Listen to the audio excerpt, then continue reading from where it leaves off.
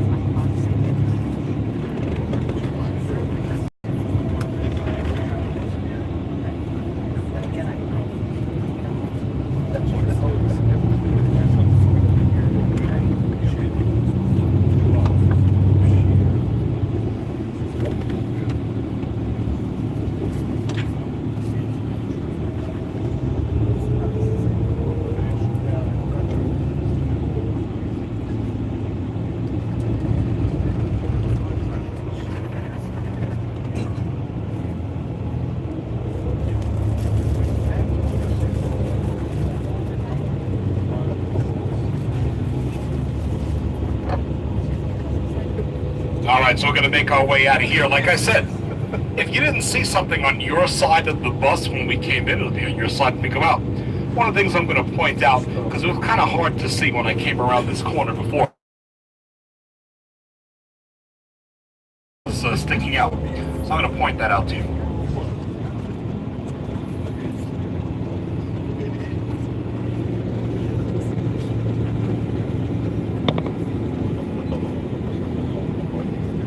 Circle. Oh, too bad.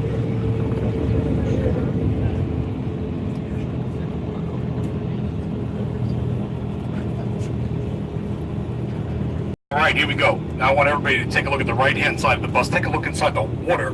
Take a look at the fence line that's in the water.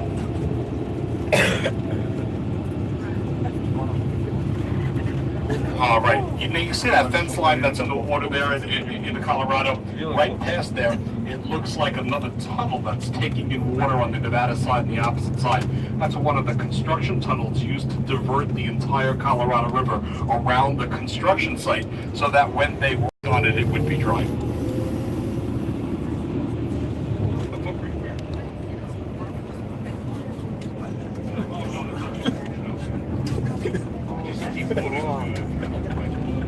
Now, everything has a life expectancy.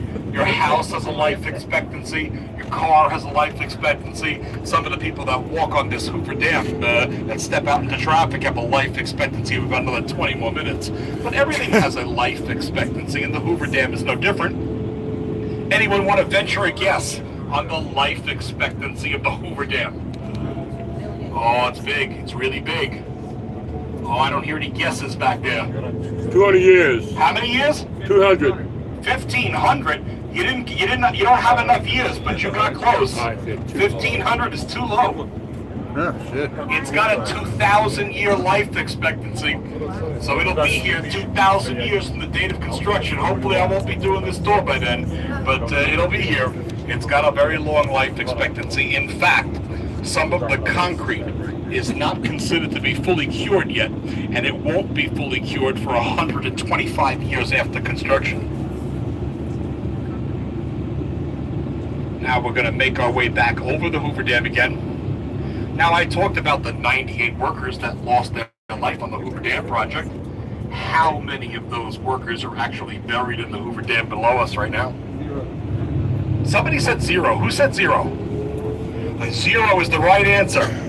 Zero is the right answer because that's a myth. There are no workers buried in the Hoover Dam, and I'm going to explain to you why that's a myth. Because when they poured the blocks, when they poured the Hoover Dam, and they poured the concrete, they poured it in a series of blocks. It was one block stacked upon another block. I have to stop talking here because I got to whittle this bus to this sign in the wall here. It's a really tight one. Hold on.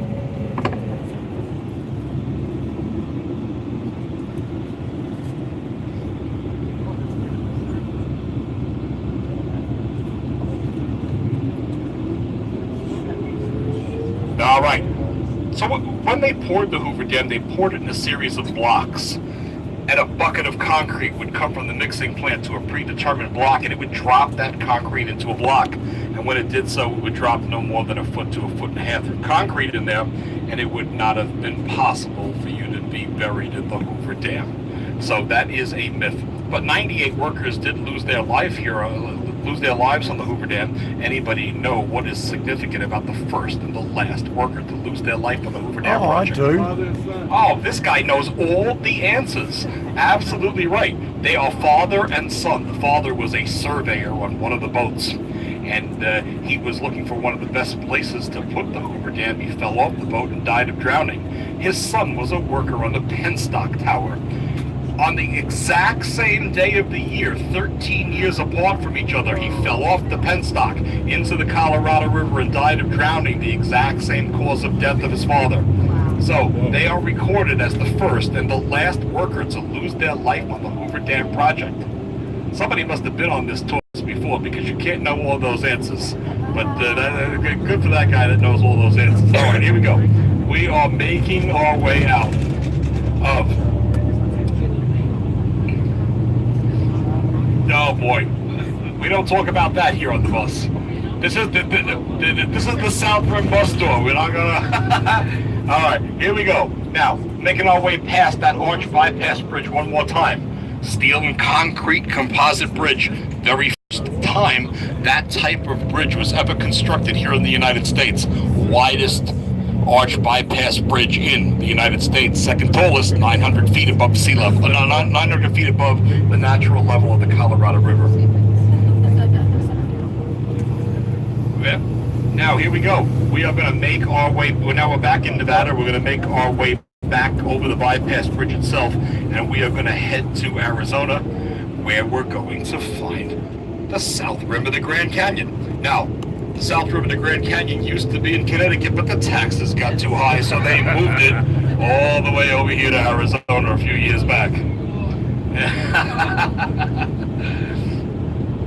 All right, here we go.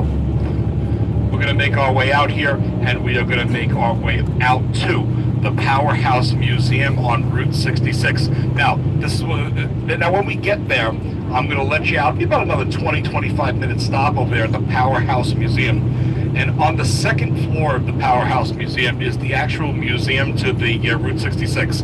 On the ground floor, there's some bathroom facilities. Now, I suggest you do both of these things. Do the bathroom facility first, and then go on upstairs, because there's not going to be too much good, clean bathroom facilities after we leave Kingman, Arizona, until we